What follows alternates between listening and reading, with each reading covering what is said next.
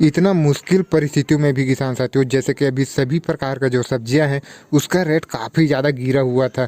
सभी किसान जो है बर्बादी के कगार पर खड़े हुए थे। लेकिन भिंडी का खेती एक ऐसा खेती था जिसका जो रेट है वह एक बेहतरीन देखने को मिला है। तो भिंडी की खेती ने यह साबित किया है कि हर परिस्थिति में भिंडी की खेती से आप एक अच्छा खासा प्रॉफिट जनरेट कर सकते हैं। तो आज की इस वीडियो में हम फरवरी में आप भिंडी की खेती किस तरीके से कर सकते हैं उसके बारे में यह 8 पॉइंट के आधार पर जानकारी देने वाले हैं किसान साथी। तो पहला मिट्टी, दूसरा खेत की तैयारी, तीसरा उन्नत किस्में, चौथा बीज दर और उपचार, पांचवा बुआई का सही विधि, छठवां खाद प्रबंधन, सातवां लागत और आठवां शुद्ध मुनाफा। तो सभी जानकारी सही विधि से समझने के लिए वीडियो में अंत तक बने रहे और चैनल पर नए हैं तो पहले चैनल को सब्सक्राइब कर नोटिफिकेशन बेल को दबाकर ऑल पर भी क्लिक कर ले। चलिए किसान साथियों वीडियो में आगे बढ़ते हैं। तो पहला है किसान साथियों मिट्टी। तो लगभग सभी प्रकार के मिट्टी पर भिंडी की खेती अच्छी तरीके से किया जा सकता है, लेकिन सबसे सर्वोत्तम मिट्टी की अगर हम बात करें किसान साथियों तो वह दोमट मिट्टी है जिसका पीएच मान 6.5 से 7.5 होना चाहिए किसान साथियों। दूसरा जो है खेत की तैयारी। तो खेत की तैयारी आपको इस तरीके से करना है किसान साथियों, पहले आपको एक बार गहरी जुताई कर लेनी है। उसके बाद 100 क्विंटल गोबर खाद आपको प्रति एकड़ के हिसाब से खेत पर फैला देना है। उसके बाद आपको एक बार और जोताई करा लेना है जिससे आपका जो गोबर खाद है वह आपकी भूमि में अच्छी तरीके से मिक्स हो जाए। उसके बाद आप बेड बना सकते हैं किसान साथियों। आप रोटावेटर नहीं भी चलाते तो भी कोई दिक्कत नहीं है। तो बेड से बेड की दूरी आपको कितना रखना है किसान साथियों, तो आपको बेड से बेड का जो दूरी है 3 फीट रखना है। कई सारे किसान जो है बहुत नज़दीक कर देते हैं, 2 फीट 1.5 फीट भी कर देते हैं।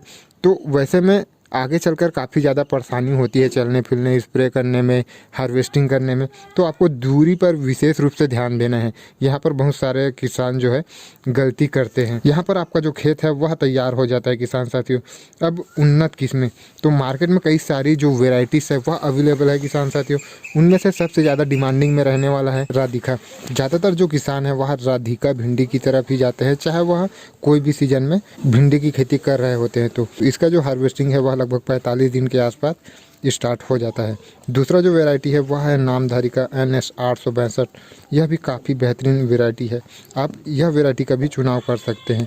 और तीसरा जो वैरायटी है किसान साथियों वह सिंघम वैरायटी भी काफ़ी बेहतरीन है। इसका भी जो हार्वेस्टिंग है वह लगभग 45-50 दिन के आसपास स्टार्ट हो जाती है। यह भी काफ़ी बेहतरीन उत्पादन देती है किसान साथियों। बात कर लेते हैं किसान साथियों, आपको प्रति एकड़ बीज कितने लगने वाला है और क्या उपचार करने की आवश्यकता है, और आवश्यकता है तो किस तरीके से करें। तो प्रति एकड़ आपको 5 से 6 kg के आसपास जो बीज है वह लगने वाला है। डिपेंड करता है कि आप प्लांट से प्लांट की दूरी कितना रखते हैं, उसके हिसाब से कम ज़्यादा भी लग सकता है किसान साथियों। भूमि में कई तरह का जो बीमारियां होती है किसान साथियों, और फसल को स्टार्टिंग के समय पर सही तरीके से जर्मिनेशन, ग्रो होने में और फसल को लंबे समय तक चलाने के लिए बीज को उपचारित अवश्य कर लेना चाहिए। तो बीज को आपको कार्बेंडाजिम और थैरम से उपचारित कर लेना है। उसके बाद आपको छांव में सुखा देना है, धूप में आप ना सुखाएं। उसके बाद सूख जाने के बाद आप तुरंत बुआई कर सकते हैं किसान साथियों। अब बात कर लेते हैं किसान साथियों बुआई का सही तरीका क्या है। तो बुआई के लिए किसान साथियों आपको जो गहराई है वह 1 से 2 सेंटीमीटर ही लेना है। कई किसान ज़्यादा गहराई में बो देते हैं, इस वजह से जर्मिनेशन ठीक तरीके से नहीं होता। तो आपको ज़्यादा ऊपर भी नहीं बोना है और ना ही ज़्यादा अंदर बोना है। आपको 2 सेंटीमीटर की गहराई में बुआई करना है किसान साथियों। और जो पौधे से पौधे का जो दूरी है वह आप 1.5 फीट रख सकते हैं, 1 से 1.5 फीट आप रख सकते हैं। अब बात कर लेते हैं किसान साथियों खाद प्रबंधन। तो आपको बुआई के समय 30 kg यूरिया, 30 किलो DAP और 30 kg आपको पोटास की मात्रा देना है। उसके बाद बिजाई के 15 दिन बाद फसल को नाइट्रोजन, फास्फोरस, पोटेशियम की खास आवश्यकता होती है किसान साथियों। तो उस समय आपको 1 kg 19-19 या फिर 28-28 वाटर सोल्यूबल घुलनशील खाद को प्रति एकड़ के हिसाब से स्प्रे कर देना है किसान साथियों। भिंडी की 25 से 30 दिन बाद आपको 1 एकड़ में 20 किलो यूरिया डालना है और 15 kg DAP डालना है। उसके बाद जब फसल 30 से 35 दिन का हो जाएगा तो उस समय फसल में फूल आना स्टार्ट हो जाता है। तो उस समय फूल ज़्यादा आए और फल अच्छी तरीके से ग्रो हो, तेज़ी से ग्रो हो, उसके लिए आपको माइक्रोन्यूट्रिएंट्स और 0.34 का स्प्रे कर लेना है किसान साथियों। उसके बाद जब फसल 45 से 50 दिन के आसपास हो जाए, जब हार्वेस्टिंग स्टार्ट हो जाए, उस समय पर आपको 1 kg 0.34 प्रति एकड़ के हिसाब से फिर से स्प्रे कर लेना है, ताकि फल तोड़ाई के साथ साथ नए नए जो फल है वह सेट हो और वह अच्छी तरीके से ग्रो हो और आपका जो उत्पादन है वह बढ़ सके।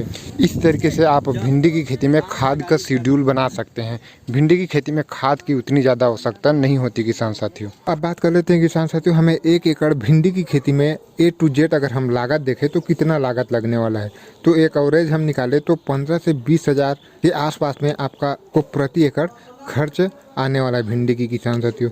अब हम शुद्ध अगर मुनाफा की बात करें, खर्चा काट के आपको 90 से 1 लाख के आसपास आपको शुद्ध मुनाफा हो सकता है। लागत आपके जो देखभाल है उसके ऊपर निर्भर करता है किसान साथियों की लागत आपको कितना लगने वाला है, उस हिसाब से कम ज़्यादा हो सकता है। और जो प्रॉफिट है वह रेट के ऊपर निर्धारित रहता है। रेट अच्छा खासा मिल जाता है तो आप 1 लाख की जगह 1.5 लाख की भी कमाई कर सकते हैं। कई समय पर देखने को मिला है कि 40 रुपये, 50 रुपये, 60 रुपये केजी भी थोक मंडी भाव में बिकता है। इस वजह से लागत और जो शुद्ध मुनाफा है वह ऊपर नीचे देखने को मिल सकता है। तो यह रहा किसान साथियों फरवरी में भिंडी की खेती का A to Z जानकारी।